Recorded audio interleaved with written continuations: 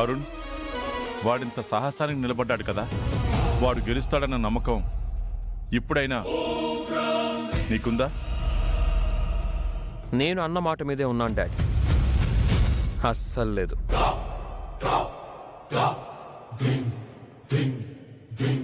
అయితే నీకున్న నమ్మకానికి బెట్ కట్టగలవా?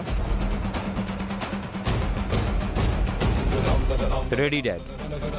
ఏంటా బెట్?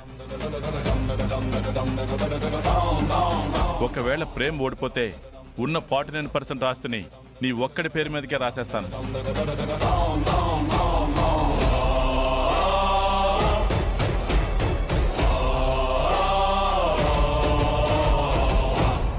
అదే ప్రేమ్ గెలిస్తే వాడి పేరు మీదకే 49% రాసేస్తాను. ఇదే బెట్.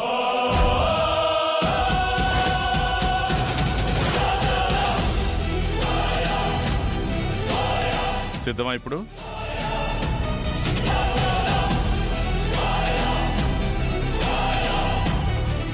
హర్ష, ఇప్పుడు ఈ బెట్లు ఎందుకు? చెప్పరా, బెట్ కాస్తున్నావా లేదా?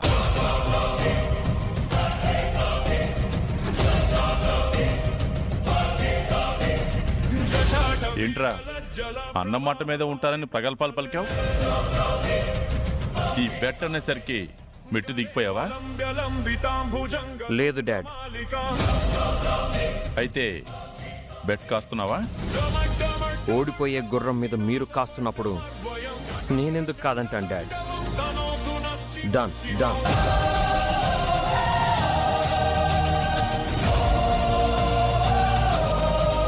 డన్ అంటే సరిపోదు కదా నాన్న, నువ్వు కూడా అగ్రిమెంట్ రాయాలి.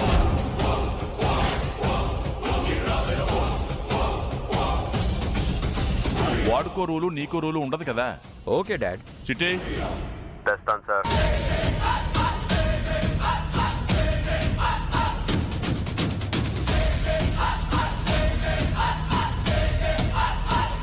మావయ్య గారు, ఇప్పుడు ఇవన్నీ ఎందుకు? అలా అంటావేంటమ్మా? ఇప్పటిదాకా మీ హస్బెండ్ గారికి కదా వంత పాడావు. ఈ కాసేపట్లో మీ గణాంకాలు మారిపోయినాయా? అలా రోజా ఎప్పుడూ ఆలోచించదు డాడ్. కొన్ని రోజుల్లో మీ గణాంకాలే తారుమారయ్యాయని. ఆయనే అన్నీ చూసుకుంటాడు, నువ్వు కదులు.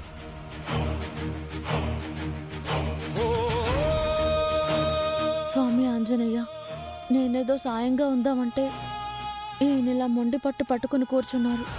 నువ్వే ఈయనకు మంచి దారి చూపించు స్వామి.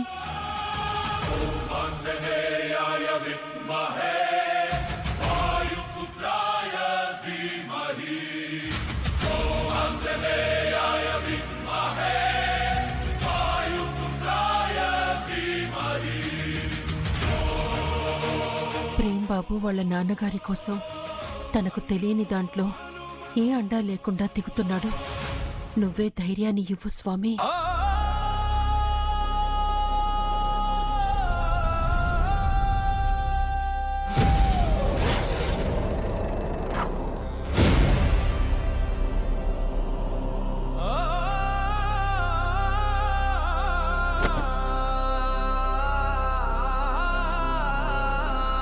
భారం నీ మీదే వేశాడు, బాధ్యత తీసుకో స్వామి.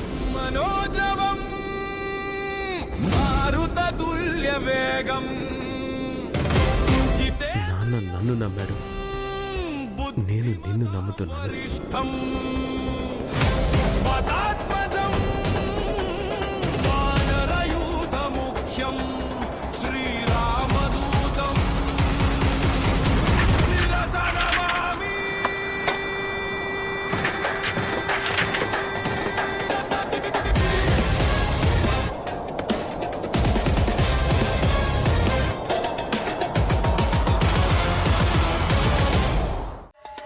చిందండి వయ్యారి.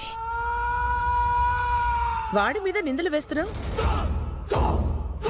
ఏంటి దుష్టగ్రహాలన్నీ ఒకచోట చేరాయి? దేని గురించి మాట్లాడుకుంటున్నారు? దేని గురించో మీకు తెలీదా అత్తయ్య? 49% ఎవరైనా అలా బెట్ కట్టేస్తారా? అయితే ఇప్పుడు ఏమైందని ఓ గింజుకుంటున్నావు? గింజుకుంటున్నానా? ఎవరికో రాసిచ్చిన 50% ఇంతవరకు దిక్కు దివానా లేదు. మిగిలిన 49% కూడా ఇలా పందెం కట్టేస్తే మా గతేంటి? అసలు నీ ప్రాబ్లం ఏంటి రోజా? వాడు బిజినెస్లో గుడ్డి గుర్రం లాగా. మా ప్రేమ్ బాబునంటావా? గెలిచాక నువ్వెక్కుంటే గుర్రాన్ని అవుతావులే. అయితే గాని గుర్తించవా ఏంటి? అసలు నా అరుణ్ గురించి ఏమనుకుంటున్నావు నువ్వు?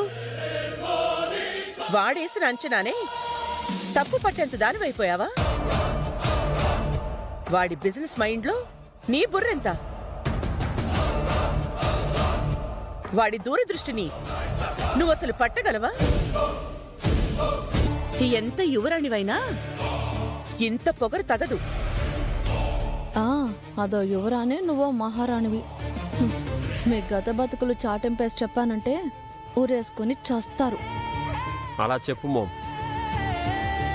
ఏదో నాకు తెలియకుండానే అగ్రిమెంట్ రాసినట్టు తెగ ఫీల్ అయిపోతుంది. నీ కేపబిలిటీ ఏంటో తల్లిగా నాకు తెలుసు నానా. నిన్నగాక మొన్నొచ్చిన నీ పెళ్ళానికేం తెలుస్తుంది?